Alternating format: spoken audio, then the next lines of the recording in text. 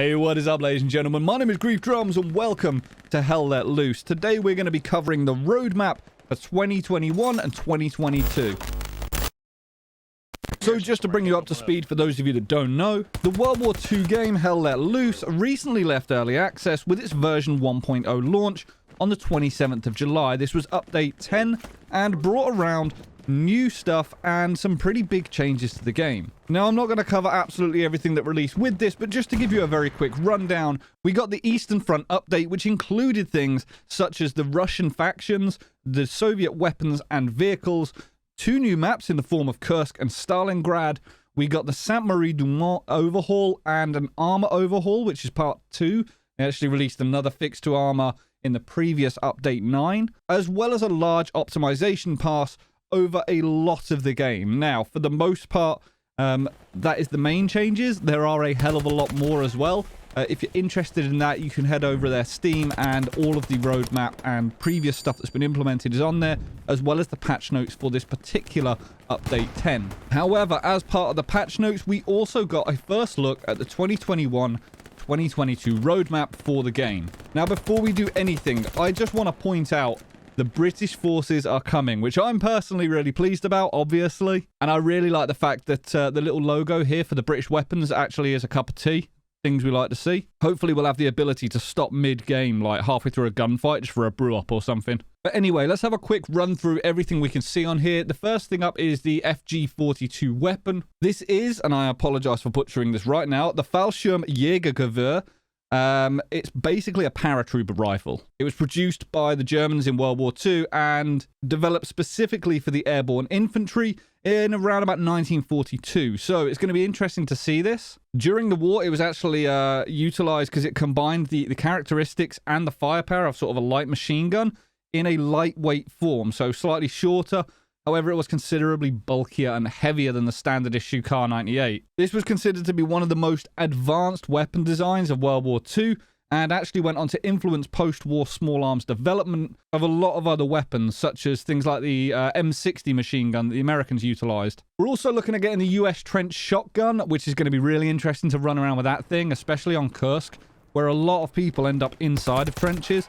It'd be quite good fun to try and clear that out. And then obviously you're going to be at a disadvantage when you're running around in the open fields. Offensive and warfare modes missing for existing maps. That's going to be fixed. So, you might be able to play one of your favorite maps, but it doesn't have the certain game mode that you wish to play.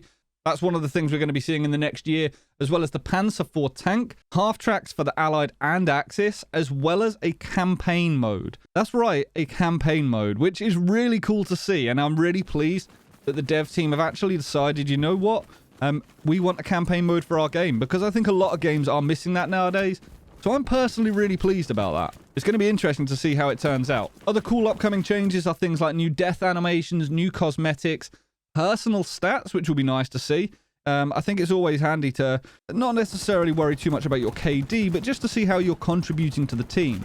After each game, we're currently getting to see this, and it's always nice to say, you know what?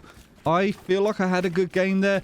And then have that validated by looking at the scores afterwards and say, you know what, I actually contributed quite a lot to that particular game, and this is evidence of that. So who doesn't love being able to look at their stats and try and have something to improve and work on? We're also going to be getting new loadouts, general bug fixing, and a really nice change here is the new commander abilities. Now, it doesn't specify what exactly that is. At the minute, the commander has a fair old amount that they can do, but giving them more is never going to be a bad thing. Obviously, the balancing is going to be intricate. You're going to have to be very, very careful with how you balance that, because the commander can influence the game quite a lot, actually. If they're just spamming supplies around everywhere, it doesn't really assist, whereas if they're playing quite tactically and informing all of the squad leaders as to what exactly is going on, this could be pretty influential. Other things listed on the roadmap are scoped optic improvements. Presumably this is only really going to apply to the recon guys, potentially vehicles like tanks and stuff. I don't know how far they're going to be taking this.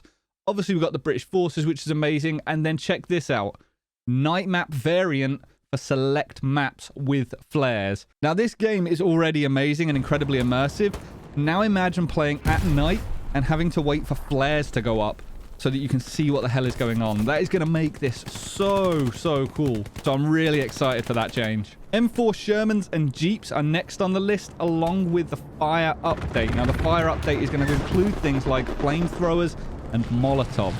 Can you imagine the flamethrowers? Oh, mate, it's going to be incredible. Certainly if you can get up close on the Omaha Beach bunkers or something like that and just send the flames into one of those little bunkers, that's going to be pretty interesting to see. I do have a few reservations because flamethrowers in games are either incredible or really weak.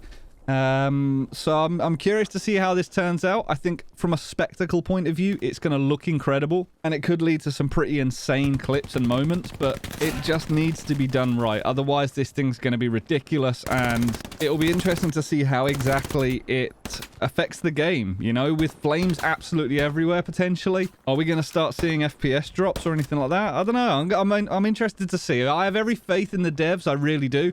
The way they've pushed the game so far and the direction it's gone has been extremely impressive to see, so we live in hope. The next little box on here says Soviet anti-tank structures. Now, presumably that's going to be something the support and engineer guys are going to be able to work on together. But here's the one that I'm really hyped for. Deployable mortars. Mortars in games are very often a hell of a lot of fun, and they can be extremely effective.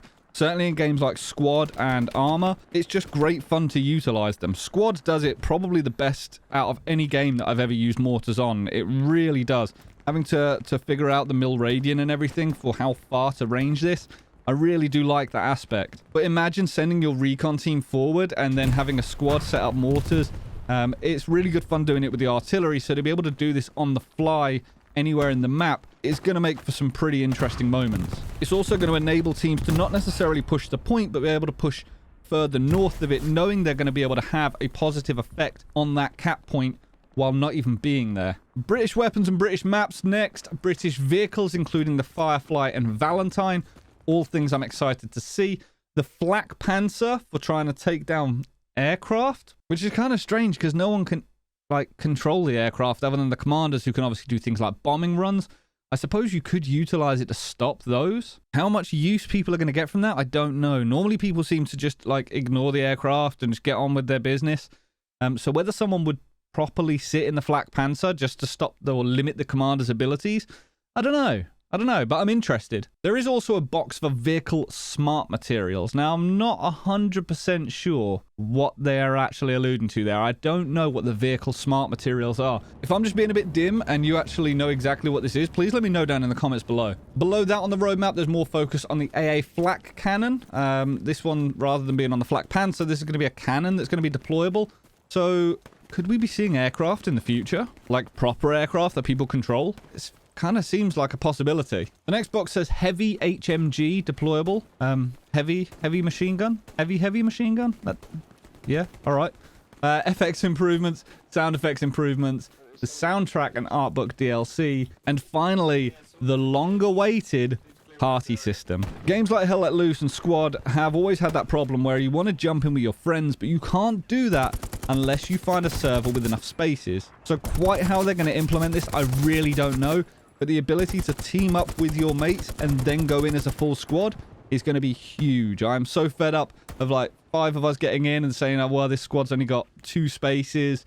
We can't jump into that squad. We have to make a new squad. I don't know. I would love it if we could just go in as a team and then open it up so that we can fill that squad. So it'll be interesting to see exactly when this comes out, quite how they implement it with the current server setup. How is it going to handle jumping a 6-man squad into a full server? Anyway, I've waffled for long enough. Hopefully that gives you a bit of an idea of the upcoming changes. I'm really keen for a lot of them. I think there's some really cool things in there, and I can't wait for all of these to be implemented. Hopefully you enjoyed the video, and hopefully it's of some use to you, so you have a bit of an idea of what's coming up. The game is in a really good state right now, and I'm really keen to see that continue to be the case. I want the devs to just keep pushing and keep expanding on all of the hard work they've done to get them to this point. If you did enjoy the video, please consider hitting that thumbs up, as it really does help out with the YouTube algorithm. If you don't already, make sure to subscribe. And until next time, ladies and gentlemen, stay reckless and relentless.